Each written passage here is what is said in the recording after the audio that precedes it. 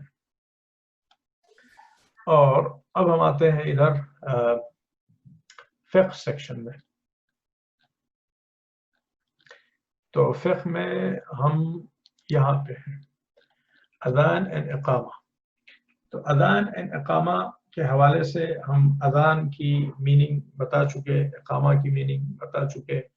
اذان means call for prayer. Iqama means standing. So in adhan, we call people for prayer.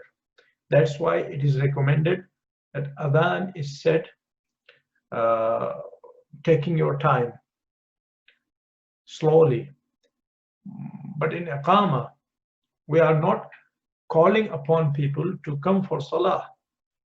People are already there. We are just announcing that salah has been established. So this is the meaning of iqama, establishment, standing. Qad qamatis salah. Salah has stood. Salah has risen. Means salah has been established. So this is the meaning of adhan and iqama. یہ جو احکام ہے اذان اور اقامہ سے متعلق یہ ہم لوگ لاسٹ سیشن میں کور کر چکے ہیں. تو آج جو ایکچوئل سینٹینسز ہیں اذان اور اقامہ کے ان کو سرسری طور پر دیکھ لیتے ہیں. اور یہ اذان اور اقامہ کے جو سینٹینسز ہیں یہ اتنے امپورٹنٹ ہیں کہ ان کو اللہ رب العزت نے اپنے دین کا سلوگن بنا کے دنیا کے سامنے پیش کیا ہے. اور یہ اتنے اللہ کو پسند ہے. آپ کبھی اس پرسپیکٹو سے سوچیں کہ یہ اللہ کو کتنے پسند ہوں گے سینٹینسز, کہ اللہ نے تمام مسلمانوں کو حکم دیا ہے کہ دنیا میں جہاں کہیں بھی مسجدیں ہیں, بلکہ اگر مسجد نہیں بھی ہے صرف مسجد میں اذان دینا تو مستحب نہیں ہے.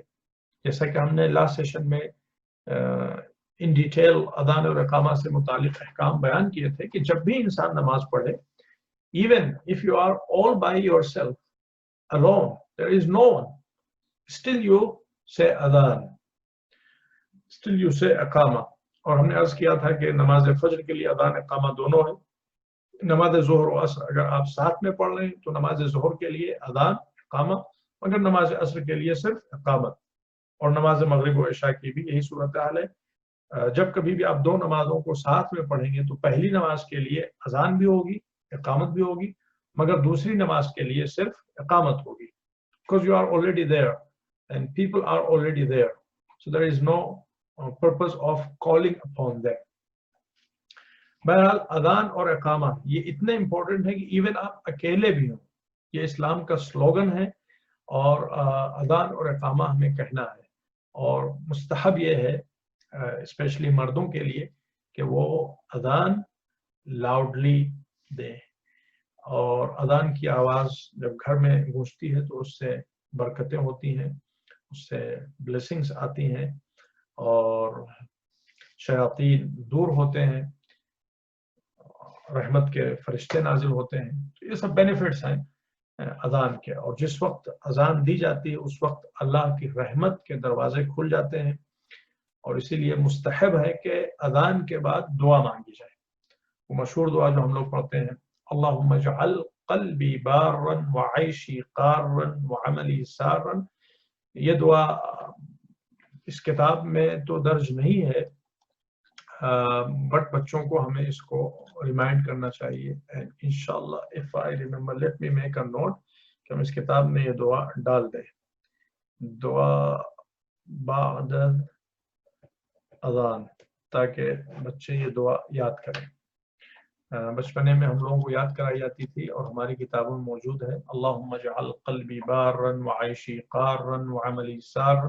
It's a very beautiful دعا. بہرحال تو یہ اذان اور اقامہ یہ اتنی امپورٹنٹ ہے کہ ایون جب بچہ پیدا ہو تو جو آواز سب سے پہلے اس کے کان میں پہنچے مستحب ہے کہ یہی اذان اور اقامہ. اس کے داہنے کان میں اذان کہی جائے اور بائیں کان میں اقامہ کہی جائے. تو یہ اسلام کے سلوگنس ہیں اور یہ تمام سینٹنسز اللہ رب العزت کو نہایت درجہ محبوب ہے، اور اتنا محبوب ہے کہ پوری دنیا کے تمام مسلمانوں کے لیے اللہ نے ایک طرح سے ضروری قرار دیا ہے، واجب تو نہیں مگر نہایت امپورٹنٹ قرار دیا ہے کہ وہ 5 مرتبہ دن میں ان سینٹنسز کو ریپیٹ کریں۔ اللہ اکبر۔ اور اسی لیے شدید مکروہ ہے جس وقت اذان ہو رہی ہو اس وقت انسان بات کرے۔ انفارچونیٹلی جو ہمارے سینٹرز میں یا جہاں کہیں بھی آنا جانا ہوتا ہم لوگ کا، ہم یہ دیکھتے ہیں کہ اذان ہو رہی ہوتی ہے، لوگ بات کر رہے ہوتے ہیں، تمام مرد لوگ بات کر رہے ہوتے ہیں، خواتین آپس میں بات کر رہی ہوتی ہے، اسپیشلی ماہ رمضان میں۔ نو اٹس مکروہ، اور خاص طور پر اقامت کے وقت تو بات کرنا شدید مکروہ ہے۔ ایک تو ایک ڈسکریجڈ ہے اور ایک ہائیلی ڈسکریجڈ ہے۔ اذان کے وقت بات کرنا مکروہ ہے، اور اس سے کہا گیا ہے کہ رزق میں کمی ہوتی ہے، اور اللہ doesn't like those people who talk while adhan is being said۔ جب اذان کہی جا رہی ہو تو ہمارا فرض بنتا ہے کہ ہم اپنے مصلی پہ بیٹھے ہوئے ہوں اور اذان کے سینٹنسز کو ریپیٹ کر رہے ہوں۔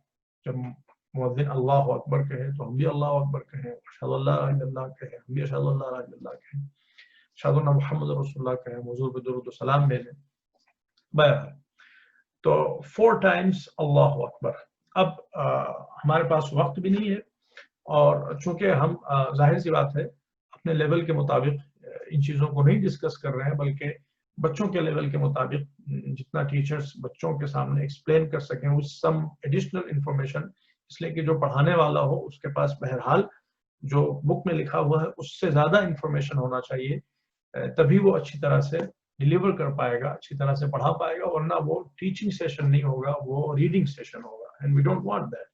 اسی لیے ہم یہ سیشنز آپ لوگوں کے ساتھ شیئر کر رہے ہیں۔ اللہ اکبر 4 times، اوکے۔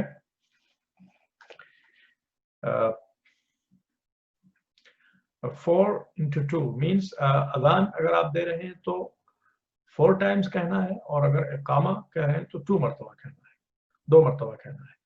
اور اب اس کو 2 طرح سے کہا جا سکتا، اللہ اکبر اللہ اکبر، اس طرح سے بھی کہا جا سکتا ہے، اور جنرلی برادران اہل سنت والجماعت ان کا یہی طریقہ ہے، بٹ ہمارے یہاں جو اہل بیت علیہ السلام کی تعلیمات ہے اس کے مطابق these sentences should be said separately۔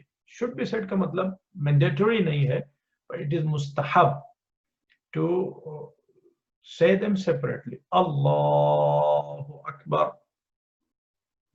take a breath، اللہ اکبر، ان چاروں سینٹنسز کو سیپریٹلی کہا جائے۔ اگرچہ بہت سے ہمارے اپنے جو قاری ہیں اور مؤذن اذان دینے والے ہیں وہ بھی ملا کے کہتے ہیں، but that is not ideal۔ اور پھر اس کے بعد میں اشہد ان لا الہ الا اللہ۔ جب آپ اذان بچوں کو یاد کرائیں، یہ لیسن پڑھائیں، میک شیور کہ they pronounce every single word correctly۔ اللہ اکبر اور اشہد ان لا الہ الا اللہ۔ بہت سے بچے ہوتے ہیں وہ پڑھتے ہیں اشہد ان لا الہ الا اللہ۔ نو، اٹس ناٹ اشہد ان لا الہ الا اللہ، اشہد ان لا الہ الا اللہ۔ اور پھر اس کے بعد ہے ٹرانسلیشن، آپ دیکھ رہے ہیں لکھا ہوا ہے اسکرین پہ۔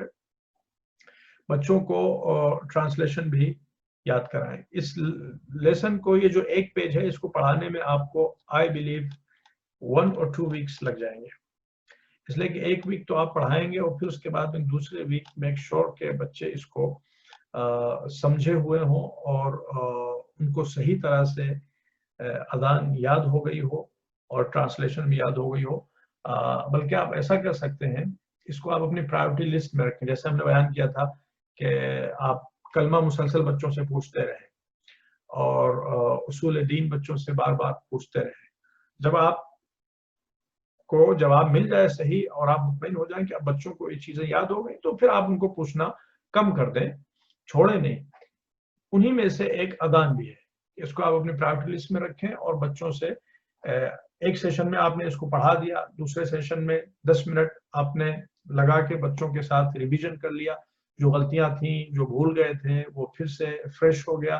تھرڈ سیشن میں اب آپ کو 10 منٹ نہیں لگیں گے, 5 منٹ لگیں گے. اسی طرح سے آپ وقتاً فوقتاً ٹائم ٹو ٹائم آپ اس کو پوچھتے رہیں تاکہ بچوں کو 100% یاد ہو جائے اور کریکٹلی یاد ہو جائے وتھ ٹرانسلیشن. اشہد ان محمد رسول اللہ صلی اللہ علیہ وآلہ. یہاں پہ بچے گڑبڑ کرتے ہیں, کچھ کہتے ہیں محمد رسول اللہ اور کچھ کہتے ہیں محمدن رسول اللہ. جو کریکٹ پروننسیشن ہے وہ یہ ہے اشہد ان محمد رسول اللہ. کچھ رسول اللہ کہتے ہیں, اٹس ناٹ رسول اللہ, اٹس رسول اللہ. تو ٹیچرز کی ذمہ داری ہے کہ ان چیزوں پہ توجہ دیں اور باریک بینی سے پڑھائیں, صحیح طرح پڑھائیں. اشہد ان علی ولی اللہ. کلمے میں کیا تھا؟ علی ولی اللہ. یہاں پہ ہے علی ولی اللہ. اب یہ عربک گرامیٹیکل بحث آ جائے گی کہ وہاں پہ علی ولی اللہ کیوں ہے اور یہاں پہ علی ولی اللہ کیوں ہے. حی علی الصلاۃ.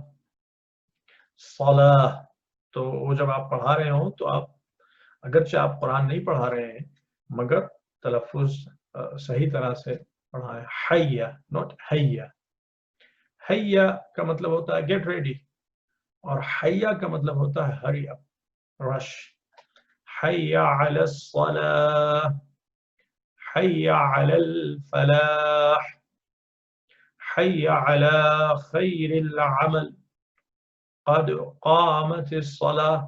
یہ کلرڈ ہے, یہ بولڈ ہے اس وجہ سے کہ it is not in adhan, it's only in iqamah. قد قامت الصلاۃ, surely salah has been established. Here the translation is not very correct, so inshallah I will correct that. قد قامت الصلاۃ, indeed salah has been established. Surely stand for salah. No, this is not correct. Allahu Akbar. 2 times La ilaha illallah. اگر آپ اذان دے رہے ہیں تو 2 times اور اگر اقامت ہے تو 1 time. So this is اذان and اقامہ. اور نیکسٹ سیشن میں انشاءاللہ ہم لوگ وضو ڈسکس کریں گے, اور اگر آپ لوگوں کے کوئی کوشچنس ہو تو پوچھ سکتے ہیں. اور you don't have to wait for questions. جب بھی کوشچن ہو تو آپ اپنا مائک آن کر کے فوری طور پہ پوچھ سکتے ہیں, اور اگر آپ ویٹ کر سکتے ہیں تو آپ ویٹ کریں, اینڈ میں پوچھ سکتے ہیں. Any questions?